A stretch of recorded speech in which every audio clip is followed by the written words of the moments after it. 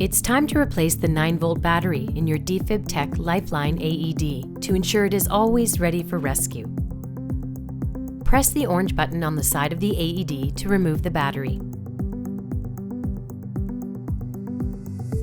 Slide open the cover and remove the 9-volt battery.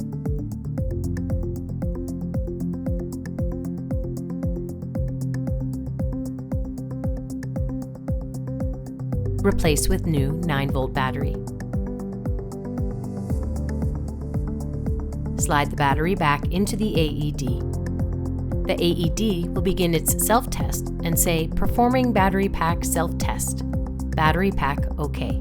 The green light will flash on the top of the AED, indicating your AED is now ready for rescue.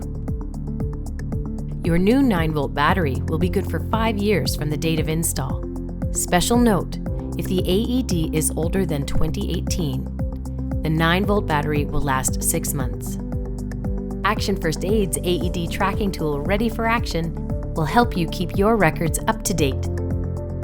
Thank you for doing your part to ensure we all have access to an AED that will be ready to help save a life. For any questions related to your AED or training, please email info@actionfirstaid.ca or give us a call at 705-720-2978.